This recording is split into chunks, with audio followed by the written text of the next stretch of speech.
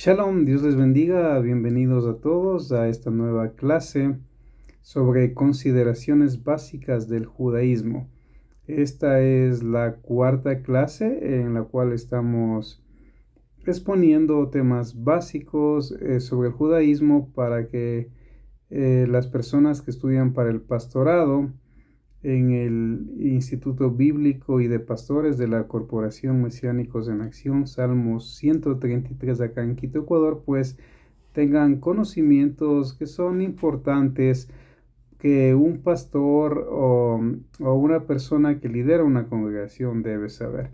En este caso, comenzamos justamente con temas del judaísmo, porque de esa manera podemos comprender mejor la Biblia en su línea de tiempo, en su historia, porque la Biblia es un libro del pueblo de Israel y el cristianismo obviamente procede del judaísmo. Nos recuerden que Yeshua, Jesús, fue un judío, aún él dijo, la salvación viene de los judíos.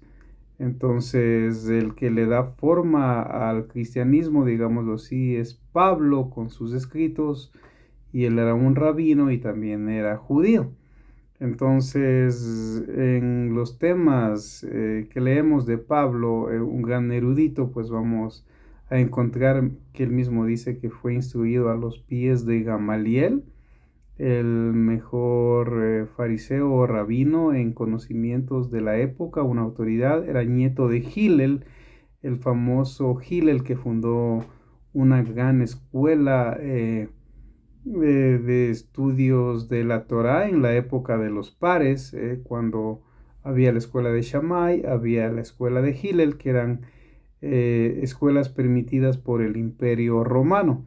Entonces, en la primera clase básica de judaísmo vimos libros de autoridad del judaísmo, libros que toda persona debe conocer, cuáles son, en los que se basa la fe judía, la fe hebrea, aunque hay muchos más, por supuesto, pero vimos los básicos. En la segunda clase también vimos lo que es etnias del judaísmo a través de los siglos, pues muchas etnias han salido de Judea, del pueblo de Israel, y también lo explicamos en esa segunda clase, cuáles son las etnias del judaísmo. En la tercera clase vimos los rangos del judaísmo, para que se pueda comprender quién es un rabino, quién es un moré, un sofer, etcétera, etcétera. Y el día de hoy pues vamos a ver simbología del judaísmo. Como ustedes saben, pues toda religión, toda nación tiene una simbología y es importante. Por ejemplo, en el cristianismo, el símbolo más importante, sin lugar a dudas, sería la cruz. Incluso yo me arriesgo a pensar y a decirlo de que el objeto más sagrado para el cristiano sería la cruz. Y cuando hablamos de la cruz, obviamente hablamos de la cruz inmisa, ¿no? Inmisa que eh, más o menos sería el palo horizontal y el palo vertical, ¿no es cierto? Lo que forma la cruz inmisa. De ahí proviene la palabra misa, incluso en latín, que significa sacrificio, que está en sacrificio, eso quiere decir el Señor muriendo en la cruz. Entonces había la cruz Taurus, la cruz X, la cruz de Cusata, la cruz Teo de San Antonio. En griego se dice Taurus, lo que es cruz. Y bueno, el testigo de Jehová por ahí va a decir que no murió en una cruz como se enseña en el cristianismo católico, ortodoxo y protestante, pero el punto es que el símbolo más importante en el cristianismo es la cruz. De hecho, cuando uno anda por la calle o va a algún lugar, algún barrio o alguna ciudad, y es muy normal en ver una cruz en las iglesias católicas, protestantes, evangélicas, es muy normal. porque es el símbolo que yo diría es más importante dentro del cristianismo, ¿no es cierto? Y obviamente el judaísmo también tiene sus símbolos. Eh, el Islam tiene sus símbolos, ¿no es cierto? Como la media luna que todos conocemos, un símbolo muy importante en el Islam. Ahora, dentro de la simbología del judaísmo, pues es muy importante conocer ciertos datos para que el estudiante esté mejor informado y pueda comprender, ¿no? Lo que es el judaísmo. Entonces, la sinagoga, por ejemplo, de la palabra Bet Knesset, que quiere decir casa o asamblea, ¿no? Esta palabra no es hebrea, sinagoga es griega también. Esta palabra es interesante que se aplique una palabra griega a reuniones judías, pero sí, sinagoga eh, en hebreo sí sería, digamos, Bet Knesset, que quiere decir una casa o asamblea, es el sitio de reunión o centro de adoración al Eterno dentro del pueblo judío. Su forma es rectangular, orientada hacia Jerusalén al este. Claro, entonces este lugar de reunión es muy importante porque ahí se reúne la asamblea de los judíos, adorar a Dios, alabar a Dios, a tener sus rezos, a tener sus parashá, sus porciones semanales, eh, donde 7 varones leen o ascienden, hacen aliyá, ascienden y leen la parashá semanal, que son 54 porciones o 54 parashá que son al año. Entonces, normalmente va una parte de la Torá y va una parte de los profetas, de los Nevijín, ¿no es cierto? Entonces eso conforma lo que es la porción semanal de la Torá, y cada porción o parashá tiene un nombre, ¿no? Entonces obviamente esto donde se da es en la sinagoga. Para que haya minyan tiene que haber mínimo 10 varones. Pueden sacar el Sefer Torah, el rollo de la Torá, y leerlo, ¿no es cierto?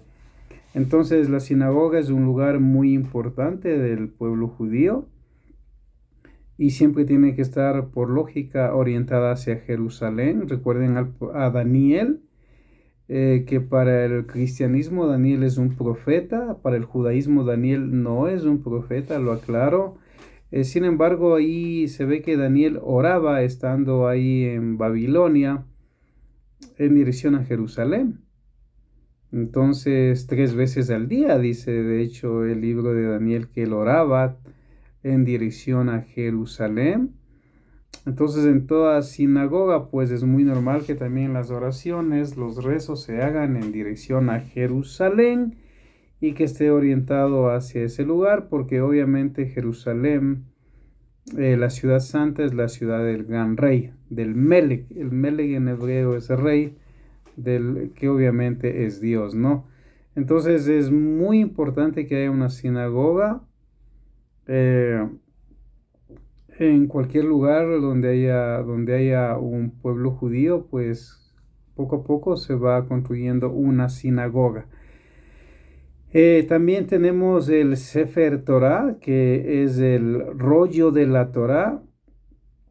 Recuerden que en el judaísmo el rollo de la Torá es más importante que tener en un libro, ¿no es cierto? La imprenta, por ejemplo, la descubre Gutenberg, un alemán, por el año de 1446, si no estoy mal. Incluso el primer libro que él va a imprimir es la Biblia, en latín. Sin embargo, para el pueblo de Israel, pues, aunque el libro es importante, más importante es que la Torá se encuentre escrito por un escriba. En griego se dice agiógrafo a un escritor santo. De ahí proviene la palabra agiógrafos o escritores santos, que en la teología cristiana se dice que son los que escribieron en un periodo aproximado, eh, de unos 1500 años, quizá un poco más, lo que es la Biblia, ¿no es cierto? Entonces los agiógrafos. Pero acá sería un sofer el que va a escribir este rollo de la Torá. Aquí yo tengo el Bereshit, capítulo 1, en forma de rollo. El hebreo se escribe de derecha a izquierda, de lo perfecto a lo imperfecto. Entonces usted ya tiene una idea más o menos cómo es el rollo de la Torah. Por supuesto que se va desenrollando cada Shabbat cuando se lo lee. Y en las fiestas de Baikra, capítulo 23 o Levítico 23, también cuando amerita que se lo saque el rollo, pues y se lea ciertos textos de ahí. Entonces es otro símbolo importante dentro del judaísmo. También está la yad, que es una mano de plata que sirve como señalador para ir tocando los textos de la Torá. Recuerde que a diferencia del cristianismo, pues en el judaísmo es más sagrado los temas de Dios, diría yo, sin querer ofender obviamente a los cristianos, ni favorecer a los judíos como profesor, sino simplemente relatar lo que es, ¿no? De hecho, es muy normal, por ejemplo, en una Biblia, que el cristiano tenga pues pintada la Biblia o rayada o le ponen nombres, incluso hacen autografiar la Biblia a cantantes cristianos famosos o a pastores cristianos famosos, y o si no rayan, pintan los versículos bíblicos, y puedo comprender en el contexto de Occidente que eso pase. Sin embargo, en el judaísmo no, eso sería una ofensa a la palabra de Dios. Incluso para ciertas ramas del judaísmo, la palabra de Dios, las letras que conforman las palabras de la Torá, son ángeles. Entonces, que dan mensajes, esas letras obviamente de parte de Dios.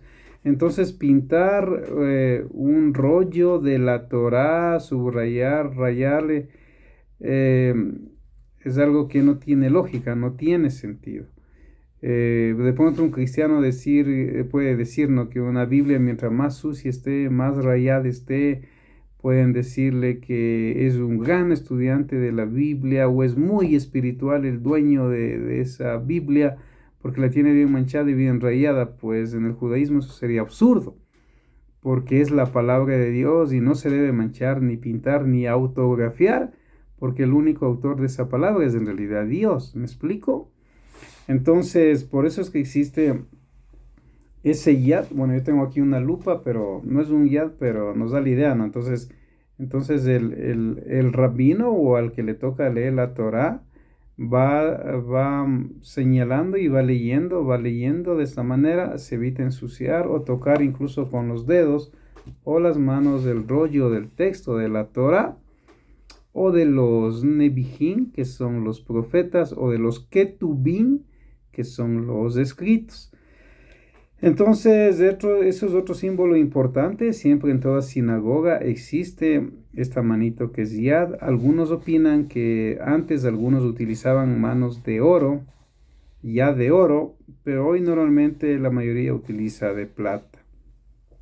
Otro símbolo importante del judaísmo es el meil, que es la cobertura ornamental que se coloca en la Torá. La palabra meil en hebreo significa traje, ¿no? No es que sea un traje en el sentido de una chompa o una leva, no, pero es algo importante cubrir la palabra de Dios. Entonces se la cubre con un traje o con un meil que es de buena tela, obviamente para evitar el polvo o muchas otras situaciones del rollo de la Torá. Otro símbolo importante es el Keter Torah, que es un ornamento de plata en forma de corona colocada en la parte superior de la Torah. Entonces, la palabra Keter, ¿no?, es una corona. Entonces, toda Torah tiene un Keter o una corona que está en la parte del traje de la Torah. También otro símbolo importante es la mezuzá. Su ordenanza se halla escrita en Deuteronomio, cuyo nombre en hebreo es Devarim, que quiere decir estas son las palabras de Devarim, porque son los discursos de Moshe o Moisés antes de morir, que le recordó al pueblo lo importante que tiene que hacer y le recordó al pueblo lo negativo que hizo también. Entonces, obviamente, estas son las palabras de Devarim o Deuteronomio en nuestras Biblias, como aparece en la Septuaginta griega. Entonces, en Deuteronomio 6, 9 y 11, 20,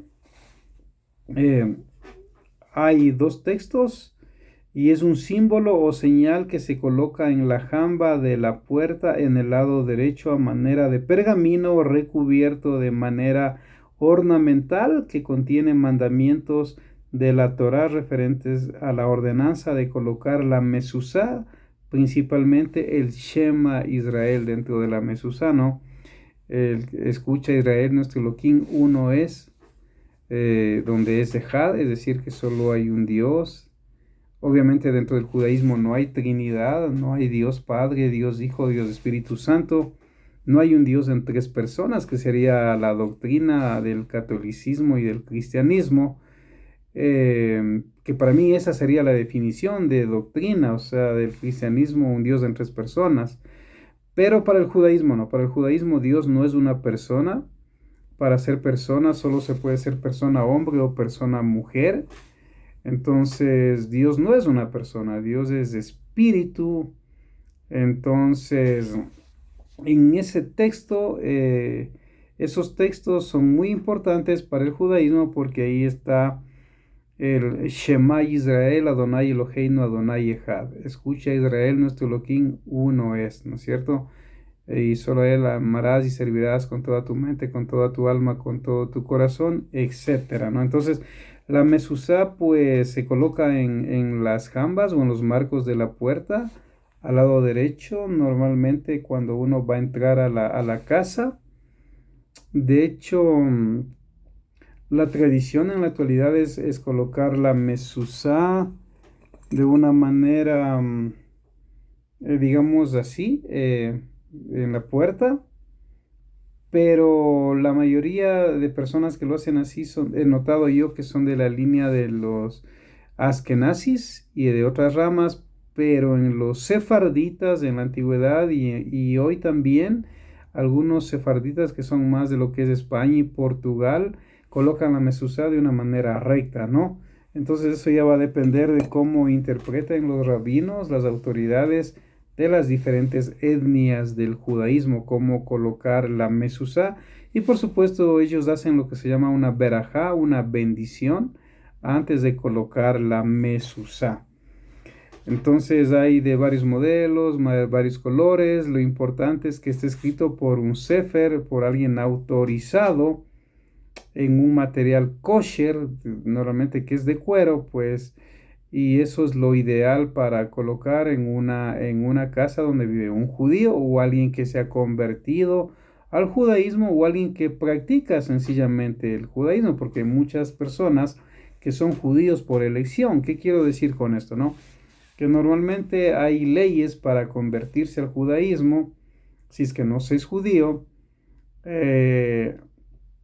pero hay personas que yo he conocido y he visto documentales en televisión donde son judíos por elección, donde no les interesa si les aprueban o no les aprueban, o no les interesa ser parte de ningún grupo, simplemente viven una vida como judíos por elección, porque en los países pues ahora hay democracia y libertad de culto y nadie puede prohibir eso, ¿no? Entonces cada quien pues coloca su mezuzá de la manera que considera, pero la ponen porque es un mandamiento, ¿no? Ahora, también está el shofar. El shofar, Pero bueno, antes de continuar con el shofar, me acordé de unos datos que leí muy interesantes en la historia de los sefarditas de Loja, que si usted busca acá en Ecuador, pues ahora hay sinagogas en Loja, una que otra, sobre todo, incluso que ya tienen algunos maestros o rabinos que son de Israel aprobados, y he visto videos donde ciertos rabinos tienen conexión con estos grupos judíos que practican el judaísmo, pues, y en uno de esos libros que escribió justamente un historiador, pues ahí se menciona una historia muy interesante que cuando un judío pues estuvo por lo que es Loja, encontró una mezuzá en una casa que era tipo hacienda, y era una mezuzá muy antigua, ¿no? Y que cuando la persona de ahí salió, que parece que era un obispo o algún sacerdote, se menciona en este libro que le dijo hermano, y bueno, este hombre pensó, tal vez mi papá tuvo un hijo en otra mujer, ¿no? Y ahí el rabino, el judío que fue por allá, pues le explicó que eso era una mezuzá, y este hombre, a pesar de ser un sacerdote católico, no sabía lo que es una mezuzá, y ahí llegaron a la conclusión que posiblemente algún sefardita que llegó a Loja, huyendo de la Inquisición en esas épocas de la Santa Inquisición, que quiere decir en latín Santa Investigación, pues llegó a esos lugares de lo que hoy es Ecuador, que en ese tiempo era la Real Audiencia de Quito, y colocaron una mezuzá en la entrada de esa propiedad. Y él, bueno, lo que dijo es que eso se había heredado de generación en generación, y simplemente recién se enteraba que era una mezuzá. Entonces, eso puede pasar a muchas personas. Recuerdo también a cierta persona que una vez preguntó que había comprado una oficina, y ahí había encontrado algo que le parecía bien extraño a lo que era en una oficina normal, y por ahí pues se conectó justamente conmigo y me preguntó qué era eso, y yo le dije, eso es una mezuzá. Entonces ahí entendió la persona que posiblemente el dueño de esa oficina en algún momento fue un judío o alguien que practicaba la fe judía. Porque recuerden que el judaísmo puede venir biológicamente, es decir, a través de la sangre. Por ejemplo, en la época bíblica, el que daba tribu era el hombre. Hoy en la actualidad, la ley judía dice que el vientre judío es judío, el judaísmo da la madre. Entonces, pero también el judaísmo por la Torá permite la conversión de personas de muchos lugares que de hecho se han convertido al judaísmo. Incluso cuando Moshe sale de Egipto después de las 10 plagas, eh, hay algunos egipcios, dice la Torá, dijeron, nosotros queremos irnos con ustedes porque ya nos damos cuenta que el Dios de ustedes, el Dios de Israel, es el verdadero Dios, pues venció a Faraón, a Paro o Faraón. Paro se dice en la Torá a Faraón. Y obviamente Moshe consultó con Hashem, como dice el judío dice Hashem, para no mencionar el nombre de Dios. Y Hashem le dijo, claro, los que quieran practicar la Torá, los mandamientos, igual que ustedes, pues que salgan. Y salió un buen número de egipcios convertidos al Dios de Israel con Moisés. Entonces la Torá sí permite la conversión. Aún Yeshua en los evangelios menciona que a los maestros del judaísmo, rabinos, fariseos, etcétera, buscaban por tierra, algún goyín, como ellos dicen, o algún gentil para convertirlo al judaísmo, porque justamente el mandato de Dios es que Israel sea luz a las naciones, ¿no? Recuerden que aún en la fiesta de Sukkot, Dios ordena al Cohen Gadol que se sacrifiquen 70 toros por las 70 naciones que en ese tiempo había en el mundo. Eso lo narra la Torá, y justamente en la fiesta de Sukkot había que sacrificar 70 toros, uno por cada nación. Y aún Salomón, cuando ora que Dios bendiga el templo que él había construido para Dios, Él dice que aún las oraciones de las naciones que oran en dirección a Jerusalén le pide a Dios que sean escuchadas cuando son dirigidas hacia el templo. Entonces, obviamente hay que entender que el judaísmo puede ser por conversión, puede ser biológicamente, obviamente, y en muchos casos, pues simplemente hay judaísmos por elección, porque quieren practicar el judaísmo, ¿no? Entonces, este fue un caso que yo justamente les narraba sobre la mezuzá. La mezuzá se vende, se vende públicamente, de lo que yo he notado. Por ejemplo, acá en Quito hay un lugar en el centro comercial El Bosque que se llama Alma, y ahí hay personas cristianas que van y compran las mezuzot o la mezuzá, shofar y otros símbolos que son del judaísmo. Bien, ahora hablemos del shofar. Es el cuerno de carnero o de antílope utilizado por el pueblo de Israel para convocar a la asamblea. Recuerden que cada religión, si bien es cierto, hay que tener claro que el judaísmo no es una religión, es una nacionalidad, es una nación. Sin embargo, Napoleón Bonaparte fue el que, cuando le hizo 10 preguntas al jefe de los rabinos, cuando él era autoridad en Francia, bueno, él dijo: para mí ustedes son una religión. Y bueno, las preguntas al rabino que era el líder de los judíos en Francia en esas épocas, en alguna clase la vamos a ver también, Dios mediante. Pero el punto es que fue Napoleón Bonaparte quien dijo: no, bueno, para mí ustedes son una religión. Mientras nazcan en Francia, son franceses como cualquiera. Mientras respeten a la autoridad, serán como cualquiera. Y aunque el rabino le dijo: pero nosotros no somos una religión, él dijo: no, no, para nosotros es una religión más, como el Islam, como el cristianismo. Entonces de ahí en adelante es que se viene usando el término religión aún al judaísmo, lo quiero aclarar. Entonces, en toda religión, por ejemplo, para llamar a sus asambleas, tiene sus símbolos, por decirlo así, entre comillas. Por ejemplo, en el catolicismo es la campana, ¿no? Hasta el día de hoy es muy normal escuchar la campana para que la gente vaya a misa. Incluso la campana daba la hora, los repiques daba la hora según la cantidad. En el Islam, pues hay un hombre que habla alto y ustedes más o menos tienen idea de lo que dice.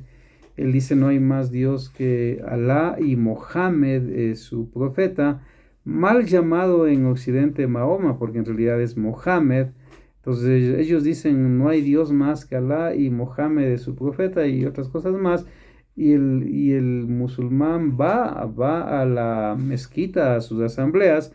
Entonces en Israel, pues igual, el shofar en la antigüedad se tocaba aún para las asambleas, hoy se toca. Yo tengo aquí un shofar que es de antílope, ¿sí? Y por supuesto, hay un shofar que también es de carnero, ¿no? Pero en la Torá, el que en lo posible se debe tocar es el de carnero, que es más pequeño. Pero si no hubiera de carnero, las autoridades de Israel, rabínicas, los sabios de Israel, pues aprueban el shofar de antílope, como el que yo les mostré. Bien, entonces este cuerno de carnero o de antílope es utilizado por el pueblo de Israel para convocar a la asamblea. No es lo mismo las trompetas de plata. Aquí, ojo, hay que hacer diferencia. No es lo mismo las trompetas de plata que son mencionadas en Números, capítulo 10, verso 9. Y el shofar usado en Éxodo 19, 16, y que se detallan en la Torá. Básicamente se pueden distinguir 3 tipos de sonidos, que son el shebarim, el tequía y el terúano. Entonces, en alguna clase también, Dios mediante, veremos los sonidos del shofar y por qué tienen estos nombres y la duración la largura de los sonidos es diferente. Todo tiene sentido en la Biblia, ¿no? Entonces, eso en cuanto al shofar, es muy normal que en toda sinagoga vaya, por supuesto, el shofar. Eh, y obviamente todo judío tiene que tener un shofar en su casa, porque aún el día de Yom Teruah, o lo que en el judaísmo llaman cabeza del año, Rosh Hashanah, pues se toca el shofar, pero en el templo se tocaba las trompetas de plata, ¿no? Bien, esto en cuanto al shofar. Otro símbolo del judaísmo es la menorá. Yo tengo aquí una menorá. Bueno, yo como profesor de Biblia y teología tengo que tener varias cosas, varios libros, varios símbolos, no solo del cristianismo, también de otras religiones, e incluso, por supuesto, de Israel, ya que la Corporación Mesiánicos en Acción, Salmo 133, es interdenominacional, de acuerdo a la ley del Ecuador, y esta corporación permite tener membresía de varias interpretaciones del texto bíblico, incluso hermanos mesiánicos que guardan el Shabbat, comen kosher, celebran las fiestas bíblicas, y de hermanos cristianos que guardan el domingo, que no celebran las fiestas bíblicas y que no comen kosher, porque ellos dicen que como ya Jesús murió en la cruz, pues ya todos los alimentos impuros también han sido purificados, ¿no? Bueno, esas son interpretaciones del cristianismo, hay interpretaciones del mesianismo también, y contamos también en nuestro grupo pues con unos amigos que son judíos también dentro de la corporación. Entonces obviamente me toca tener de todo un poco, pues es parte de la tarea del oficio que Dios me ha dado de ser profesor, instructor. Entonces, en esta menorá podemos ver que prácticamente es un candelabro de 7 brazos, que nos da la idea del candelabro que estaba en el Mishkan, en el lugar santo, aunque algunos debaten si era oblicuo o era curvo. Por ejemplo, para Rashi, para Maimónides, la menorá que estaba en el lugar santo, no en el lugar santísimo, porque en el lugar santísimo solo estaba el arca del pacto, con la vara de Aarón que reverdeció, con el maná y lo que es la Torá. Otros dicen las 10 palabras o 10 mandamientos. Pero en el lugar santo estaba una menorá encendida noche y día, porque no había ventanas, obviamente con aceite. En ese tiempo no había velas, no había fósforos, entonces tenía que estar encendida de noche y día. Y de hecho, para muchos judíos, el símbolo del Estado de Israel no debiera ser la estrella de David o Magen David, como dicen algunos, sino la menorá. Sin embargo, pues yo tengo, por ejemplo, acá una bandera de Israel, y aquí se ve la estrella, lo que se conoce como la estrella de David. Otros le llaman Magen David. Magen significa escudo, escudo de David, dentro de la bandera de Israel desde que es nación, desde el 13-14 de mayo de 1948, cuando David Ben Gurión, aquel varón valiente, pues dijo: somos ya una nación, ¿no? Estados Unidos pues aprobó eso, y muchos países también lo aprobaron. Entonces, desde ahí es que existe esta bandera oficialmente, con los colores celeste y blanco y con la estrella de David, así se llama. Entonces, la menorá pues es un candelero de 7 brazos, y está detallada en la construcción del Mishkan, que le traducen como tabernáculo, y en el libro de Shemot, que se conoce como el libro de Éxodo, dado por el Eterno a Moisés. Entonces, la menorá es un símbolo muy importante. De hecho, en el Instituto del Templo uno puede ver en videos allá en Jerusalén, ya tienen hecho una menorá de oro, en caso de que se reconstruya lo que se considera el tercer templo, ¿no? Es algo muy importante, y en todo hogar judío normalmente va a haber una menorá, o en alguien que practica el judaísmo, o incluso en el cristianismo, en muchos que investigan más, pues van a tener en sus casas o en sus congregaciones una menorá. Pero hay que aclarar que eso es un símbolo judío, porque el Mishkan estaba en el pueblo de Israel, y ahí estaba la menorá. Ahora está la Hanukkah, Hanukkah, en cambio, es un candelero de 9 brazos. Por aquí tengo uno. Tengo uno para las clases, lo estoy mostrando, pues aquí pueden ver 2, 4, 6, 7, 8 y 9. A diferencia de la menorá del candelabro de 7 brazos, este va a tener 9, porque según el judaísmo, em, en la época que los macabeos pelearon contra Antíoco Epífanes, el loco, que se creía Dios, eso quiere decir Epífanes, se creía un dios, Antíoco. Entonces, él prohibió el estudio de la Torá, prohibió la circuncisión, prohibió celebrar las fiestas bíblicas, etcétera, etcétera. Entonces, cuando lograron los macabeos, Judith también, una mujer, hay un libro en la Biblia católica que se llama el libro de Judith. Ahí se muestra cómo esta mujer judía heroína mató al general del ejército griego sirio y tomaron valor los judíos para pelear, porque una mujer les dio el ejemplo, le cortó la cabeza. Me parece que es Holofernes el nombre de este general griego, pero si de pronto estoy equivocado me disculpan, pero me parece que es Holofernes, y sacó la cabeza de Holofernes porque Holofernes le vio tan bella, tan guapa, tan prudente, que lo típico quiso hacerse amigo de ella, tener sexo, y ella de una manera muy sabia dice que él le pidió vino y ella le dijo, no, yo te voy a dar vino del mío que es mejor, y lo embriagó y le cortó la cabeza. Y ahí los griegos se asustaron. Entonces, para no detenerme mucho en este punto, según el judaísmo oficial, ya cuando les vencieron a los griegos necesitaban purificar el templo, ya que habían metido cerdos a sacrificar en el altar.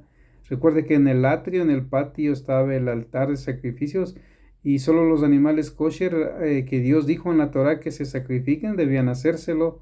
Pero sin embargo ahí metieron los griegos asirios cerdos, un animal inmundo, y obviamente sacrificaron ahí, metieron una estatua de Zeus, y purificaron el templo los macabeos y los judíos del reino del sur.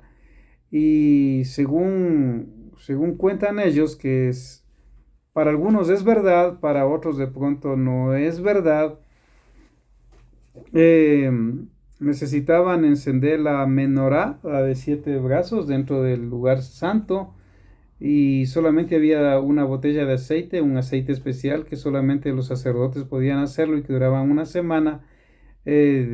Dicen ellos de que ese aceite que duraba por un día duró para 8 días, hasta que se logró fabricar el otro aceite que demoraba una semana en ser fabricado, que era un aceite especial solamente para ser usado en el templo, en el tabernáculo, en el Mishkan, y luego en el templo, en la casa de Dios, porque eso sería de pronto la traducción más completa en vez de templo, ¿no? En la casa de Dios, del Bet Hamikdash. Entonces dice que esa botella de aceite milagrosamente duró 8 días, 8 días, y hasta que haya nuevo aceite, y ese fue el milagro de Hanukkah, que quiere decir en hebreo rededicación del templo, porque lo rededicaron a Dios, purificándolo de lo que hicieron los griegos asirios, algo muy malo.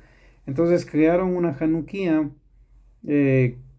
para poner 8 luces, y por supuesto una más alta que sería la novena, que es la que enciende la primera noche y va prendiendo una cada noche durante 8 días. Entonces, de esa manera, recuerdan ellos cómo Dios les libró de los macabeos. Ahora, esto es la parte espiritual, la parte religiosa, ¿no?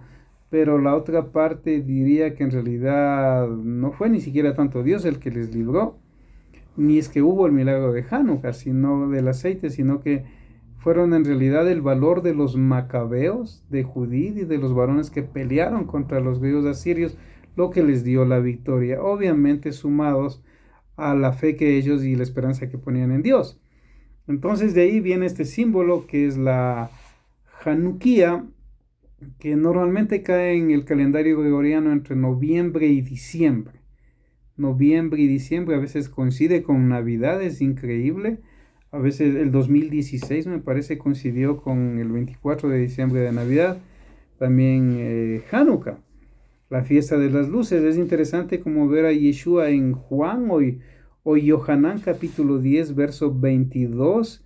Ahí se menciona que Yeshua en hebreo o Jesús estuvo caminando en el pórtico de Salomón en el templo justo en la fiesta de Hanukkah, lo cual parece ser un indicativo de que Yeshua celebraba Hanukkah, porque normalmente el ministerio de Yeshua en los evangelios lo vemos en Galilea, no en Jerusalén. Y obviamente cuando lo encontramos en Jerusalén siempre va a ser en las fiestas de peregrinación, como en Pesach, como en Shavuot y en Sukkot. Pascua, Pentecostés y Cabañas, para los que no comprenden los términos hebreos. Y obviamente el ministerio siempre estuvo de Yeshua en lo que es Galilea. Pero nos parece interesante que en Juan capítulo 10, 22 se menciona que está en Hanukkah, lo cual es un indicativo en una balanza más positivo que negativo de que sí celebraba como judío la fiesta de Hanukkah, ¿no? Entonces la Hanukkah es otro símbolo en el judaísmo. Está la Ketubá, que es el documento legal que firman los dos esposos en el matrimonio, que contiene obligaciones y derechos para cada una de las partes. Entonces, la Ketubá es un documento legal donde va guiado por un rabino, firmado por un rabino, y en algunas Ketubá también firman las parejas que se casan, ¿no? Tanto el hombre como la mujer, y ahí contiene las obligaciones que tiene el esposo como la esposa. Algunos dicen que en ciertos grupos judíos esta ketubá que se da en la boda por un rabino, por una autoridad, la colocan a la entrada de la puerta del dormitorio para que el hombre y la mujer cada vez que entren y salgan lean y se den cuenta de cuáles son sus obligaciones para con su esposo y para con su esposa, para con el hogar, así como con el judío ve la mesuzá, la toca con los dedos y la besa, recuerda que hay un Dios y que depende de él y le pide protección, ¿no? Entonces esa es la ketubá para los matrimonios. Está la jupá, que es otro símbolo en el judaísmo, que es el palio o sitio en donde se ofician los matrimonios judíos y puede ser de cualquier modelo de motivos matrimoniales. Entonces son 4 palos donde algunos ponen ramas, algunos ponen un talid gadol. Talid gadol es talid grande, manteo de oraciones, y ahí se casan ante un rabino, ante una autoridad competente. En el judaísmo los casan al aire libre, normalmente eso es al aire libre. El auditorio, la gente está al frente de la jupá, siempre en dirección a Jerusalén. Y ahí es donde se casan. Y bueno, de eso yo he visto matrimonios acá en Ecuador también. Es otro símbolo en el judaísmo, la jupá. Está la mikve, que es la piscina especial llena de agua en donde se realizan las purificaciones para los rituales. Está construida bajo estrictas ordenanzas rabínicas. Por ejemplo, el agua que se coloca en la mikve debe ser proveniente de una fuente natural. Claro, la mikve en hebreo sería el lugar donde está el agua, ¿no? Pero tiene que ser agua viva. En el judaísmo ellos llaman para hacer la tevilá. La tevilá sería las purificaciones, que en el cristianismo se llama bautismos. Pero a diferencia del cristianismo, en el cristianismo pueden haber personas que se bauticen aún en una especie de piscina al lado del púlpito y el pastor los bautice. No sería válido eso en el judaísmo porque tiene que ser agua viva, agua que corre. Entonces en la misma Biblia se ve que aún los bautismos o las purificaciones o tevilá eran agua viva, como en el río Jordán, porque la persona entraba por un lado impura, se purificaba y salía por el otro lado purificado, y ya no impuro, porque las impurezas se las llevaba el agua, ¿no es cierto? Y simbólicamente entraba por un lugar como que siendo un viejo en el sentido de muchas cosas, y al purificarse, al sumergirse al agua, pues salía por el otro lado nuevo. De hecho, en los escritos de Pablo da esa idea, ¿no? Que entra como un viejo hombre, pues y sale como un nuevo hombre por la tevilá, o en el cristianismo sería bautismos, ¿no?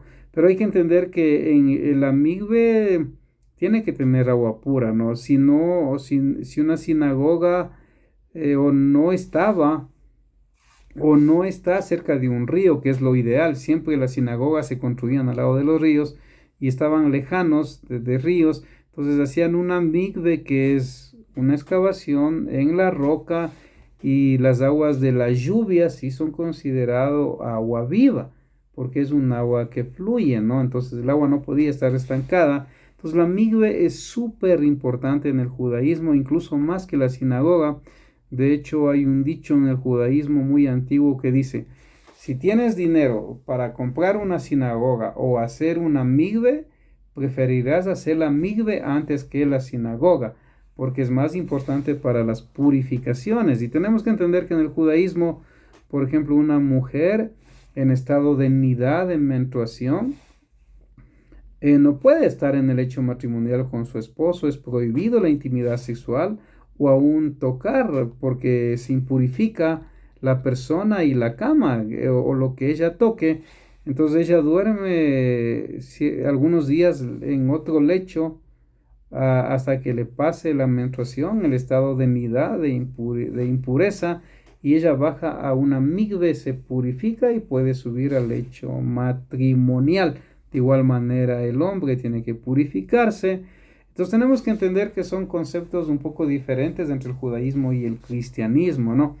Entonces en el judaísmo puede haber purificaciones a cada rato por diferentes situaciones, por tocar un cadáver, un animal herido o algo impuro, o por estar en la mujer en la menstruación, o el hombre haber derramado semen, etcétera, etcétera.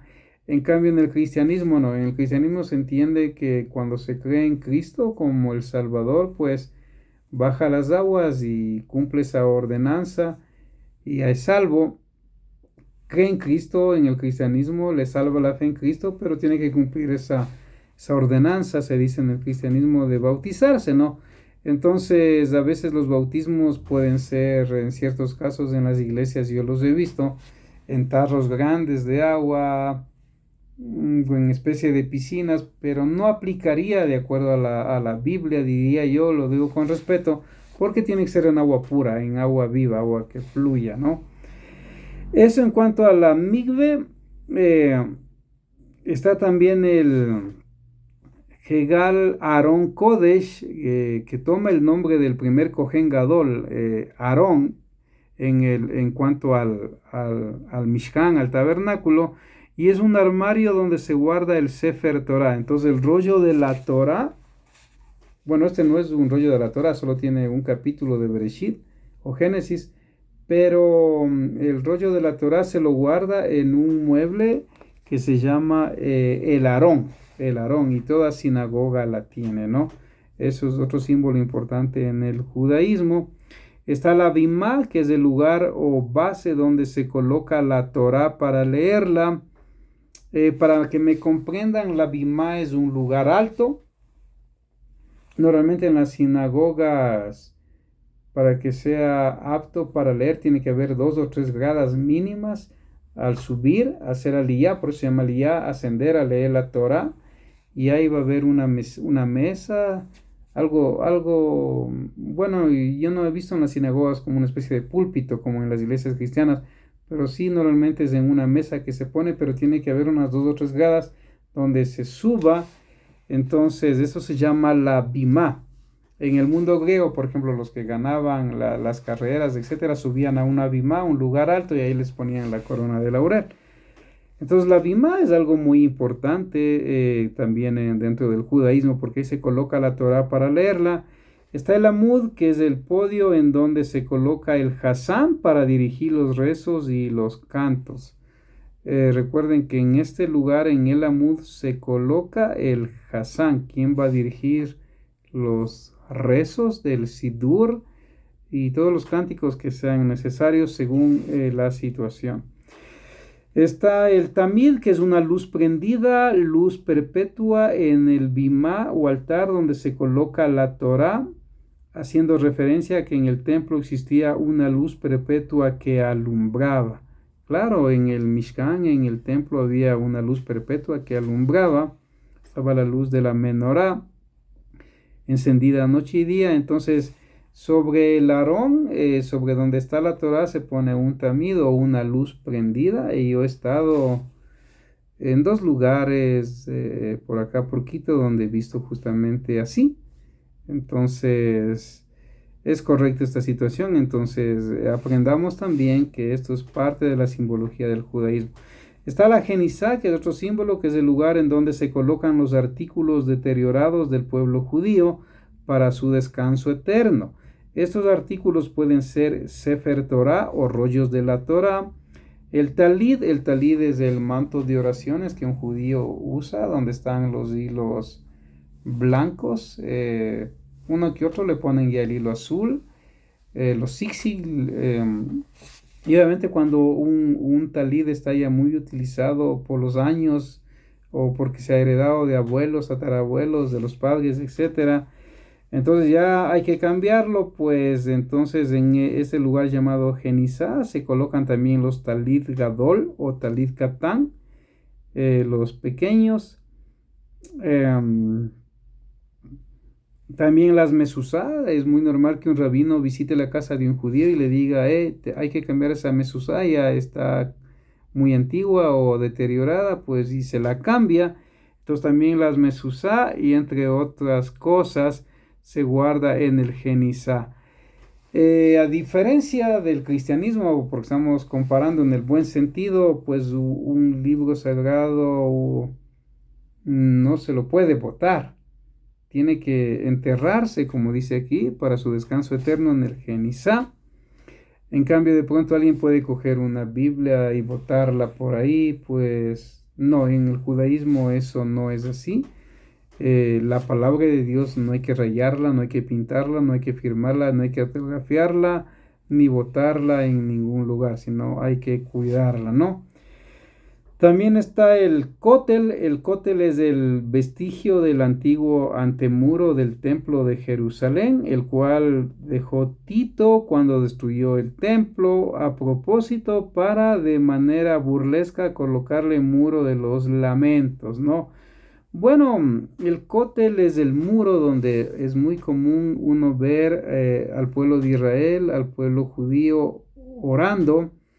Incluso van de muchas naciones, van autoridades, van presidentes de otras naciones. Yo vi, por ejemplo, hace algunos años atrás, el presidente Daniel Noboa de nuestro país también estuvo en el cótel orando, el presidente de los Estados Unidos, Trump, y otras autoridades más, y personas que van, que viajan, que aman a Israel y oran en el muro, ¿no? Entonces, según los sabios de Israel, ese lugar sobrevive del templo que había en la época de Herodes.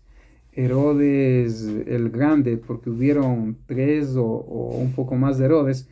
Hablamos del gran Herodes en el sentido de construcciones, que era magnífico construyendo, pero que en su vida personal fue un caos, y en su vida pública no respetó a los judíos.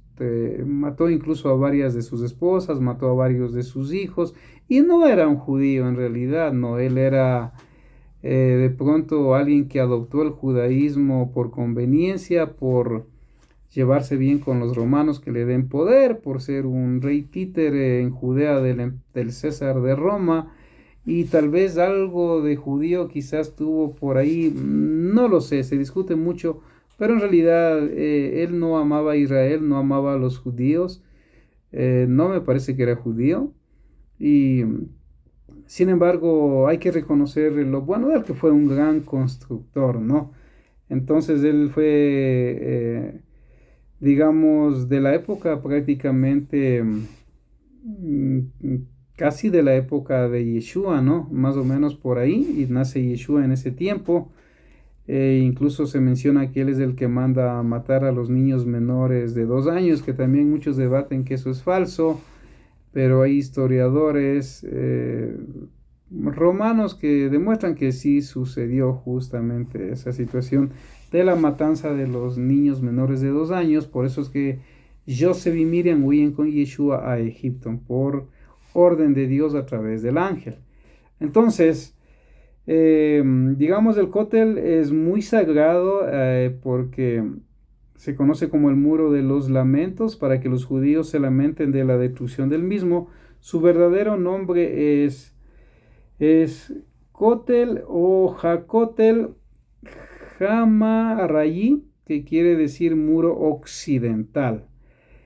Ahora tenemos que entender también que en el mismo Talmud, que es un libro muy especial dentro de Israel, del judaísmo, si bien es cierto fue terrible lo que pasó con la destrucción del templo, en el cristianismo se dice que Yeshua ya profetizó justamente en los evangelios la destrucción del templo. Tenemos que entender que también en los mismos libros judíos de la época se menciona que una de las razones por la que Dios permitió la destrucción del templo fue por el odio gratuito. ¿Qué quiere decir esto? Había un odio gratuito entre los mismos judíos, o sea, no había amor entre el pueblo judío, había mucho estudio, mucho conocimiento, pero no había el perdón, el amor, y eso lo dicen los libros judíos. Eh, Incluso hay libros judíos donde se menciona que 40 años antes de la destrucción del templo, el hilo rojo que el Cohen Gadol, los sumo sacerdote, colocaba en la puerta del templo el día de Yom Kippur, después del sacrificio de Yom Kippur, de la cabra Adonai y la cabra Sasel, que la cabra Adonai es la que se sacrificaba y la cabra Sasel es la que se botaba en un barranco.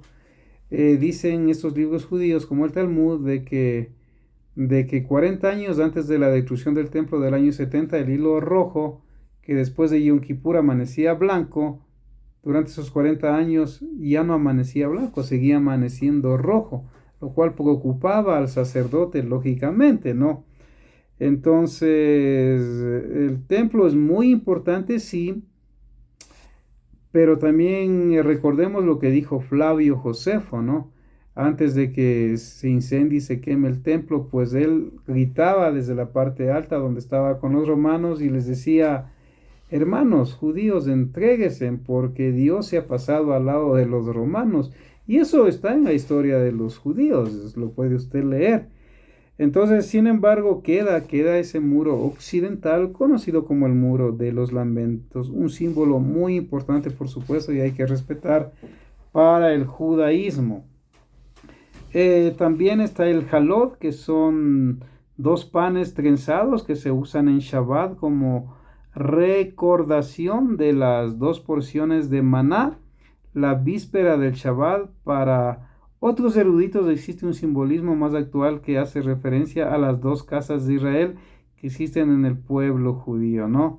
Entonces, el jalol o el pan son 2 panes trenzados, justamente para Shabbat, ¿no? Shabbat en hebreo sería cesar, literalmente cesar.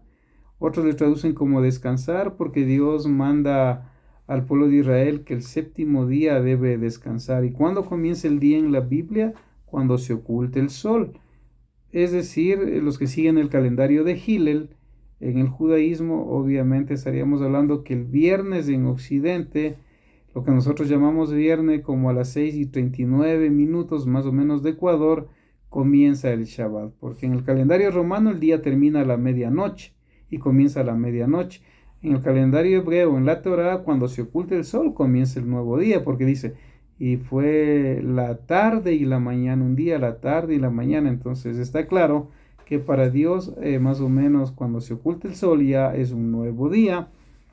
Entonces, ahí es donde se utilizan estos 2 panes, o se come, se bendice estos panes que son trenzados, que para algunos es la doble porción que Dios daba el sexto día de Shabbat, el sexto día, para que el Shabbat no tengan que recoger, porque no iba a caer maná, porque hay que descansar.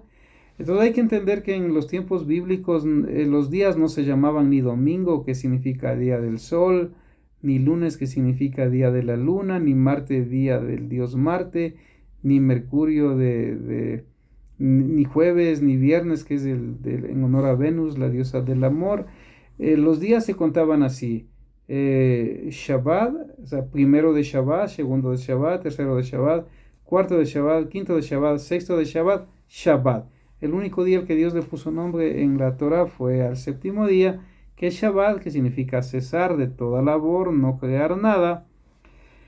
Entonces ahí es donde hace una verajá, una bendición por el pan y para algunos pues representa la doble porción que se cogía el sexto de Shabbat o lo que sería hoy el viernes y para otros simboliza las dos casas de Israel, ¿no? Que están separadas, la casa de Judá con capital Jerusalén y la casa de Israel con capital Samaria, que están dispersos en todo el mundo según la misma palabra de Dios. Bien, también está el Nerod Shabbat, que son las velas que se usan Shabbat para prenderlas antes de la iniciación del Shabbat, como recordatorio de guardar el Shabbat. Es decir, normalmente la mujer es la que atrae la luz al hogar, atrae con sus manos, hace una braja, hace unas oraciones en hebreo y comienza el Shabbat, ¿no? Normalmente son dos velas, según el tipo de judaísmo. Normalmente lo enciende la mujer, pero hay casos donde también lo puede encender un hombre, o hay casos donde se puede encender una vela por cada miembro de la familia, o si un hombre es soltero, viudo, divorciado, también puede encender una vela en Shabbat. Pero normalmente lo hace una mujer, porque la mujer es quien atrae la luz al hogar. Bien, está también en la caja de besamín.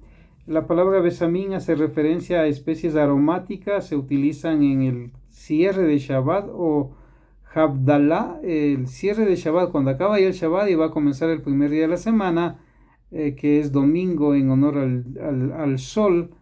En el cristianismo se dice que es en honor a que Jesús resucitó según el cristianismo, pero que en el mundo antiguo era en honor al sol, en realidad el Dominus, en latín el día del sol. Entonces, esta caja de besamín contiene hierbas muy aromáticas que huelen bien y se huelen en el cierre del Shabbat y también se hace una Abdalá, o sea, el cierre del día sagrado, porque ya comienzan los días profanos serían, ¿no? Entonces recuerdan que mientras se realizaba el incienso en el templo, estas especies utilizadas se podían percibir entre 1 o 2 kilómetros de distancia. Entonces miren, el incienso del templo era tan especial que podía oler a más de 1 kilómetro. Esto es impresionante, incluso 2 kilómetros, ¿no? Tiene que haber sido porque fue una receta dada por Dios, ¿no?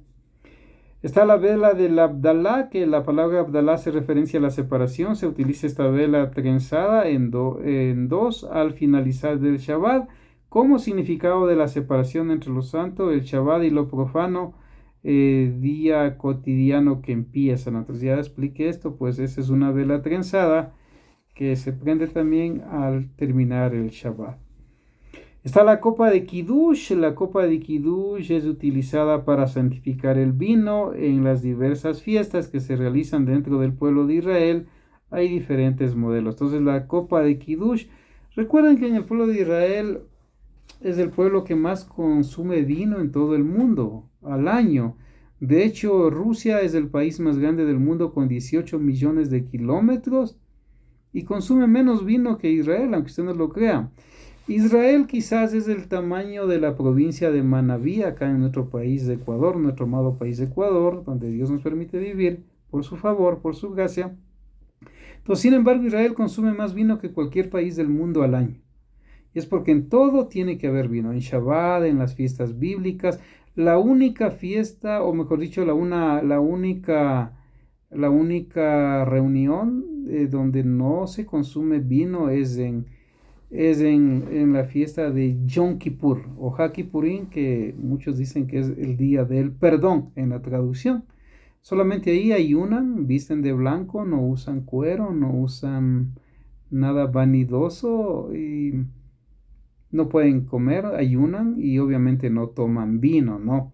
Pero de ahí en todo tiene que estar el vino, en las bodas, en el Brit Milá, en el Bat Mitzvah, cuando una niña cumple 12 años, cuando el hombre cumple 13 años, en los matrimonios, en todo tiene que haber vino. De hecho, en Pesach hay 4 copas de vino, por lo que eso representa dentro del Pesach en el judaísmo, ¿no?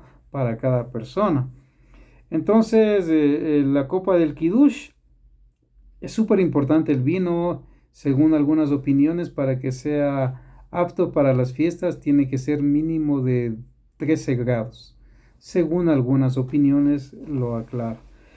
Está la Kehará, que es el plato ceremonial en donde se realiza el Pesaj. Contiene varios compartimentos en donde se colocan los distritos de elementos que se necesitan para celebrar esta fiesta de Pesaj, obviamente, que es el 14 de Abib en el calendario bíblico o 14 de Nisan, como hoy se conoce en el judaísmo. Y yo sí he visto estos platos. Una vez estuve en la casa de un amigo judío acá en Quito y pues su padre y su madre en paz descansen, benditas sean sus memorias. Pues ellos tenían todo esto, ¿no? Y él heredó y él me mostraba justamente el plato de qué hará, donde va todo lo que usted se puede imaginar que va en Pesach, las hierbas amargas, el pan donde se hace el sándwich, hay un huevo quemado que representa la destrucción del templo que fue quemado. Está el hueso, un hueso normalmente, ¿no? Eh, por lo del cordero que se recuerda, ya que como no hay templo, digamos, no se puede celebrar el Pesaj como debe ser, pero sí lo hacen como una conmemoración. Espero haberme explicado.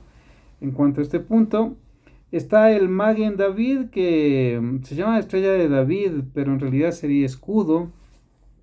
Escudo de David, algunos dicen de Salomón, es un símbolo emblemático para el pueblo de Israel. De hecho, se lo usa en su bandera, como ya les mostré rato. Yo tengo aquí una bandera de Israel y ahí está la estrella de David o el escudo de David. Que algunos consideran que en realidad esto proviene desde Salomón. Es un símbolo emblemático para el pueblo de Israel. De hecho, lo usan en su bandera, formado de 2 triángulos equiláteros que tienen varios significados de acuerdo a la corriente judaica que se contemple. Por ejemplo, la unión del hombre con el Todopoderoso, las 12 tribus de Israel, etcétera, ¿no? Entonces, esto ha sido una clase quizá un poco larga, ¿no? Para hacer una clase básica sobre el judaísmo. Bueno, yo tengo por acá también unas kipod o kipá, hay varios modelos, esto lo utiliza el judío en la cabeza.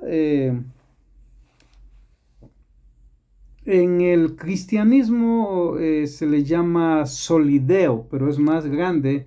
Solideo, que quiere decir solo a Dios gloria, y normalmente los que son obispos, de acuerdo a la ley religiosa, utilizan un solideo que es parecido a una kipá, Entonces yo, por ejemplo, tengo algunas kipá acá, como para más o menos guiarles, como soy profesor, pues tengo que tener todo un poco, como ya les he explicado.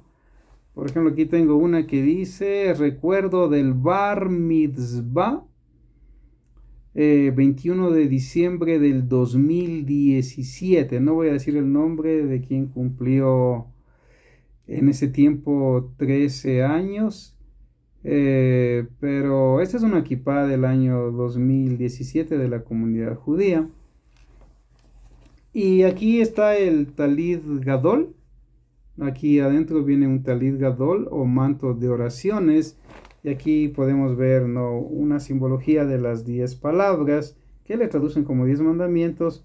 2 leones, porque obviamente el león es un símbolo muy importante en la Torá, y aún el símbolo de Judá es el león, de ahí se dice el león de Judá. Entonces, el talí también es algo muy importante. Y las kippah, bueno, yo en este caso estoy puesto una gorra, es más porque acá en Quito pues está haciendo mucho frío estos días. Entonces, en mi estilo, mi manera de ser, pues para mí es muy normal ponerme una gorra de lana, pues y de esa manera me abrigo, ¿no? Entonces no es que esta sea una kippah, lo aclaro.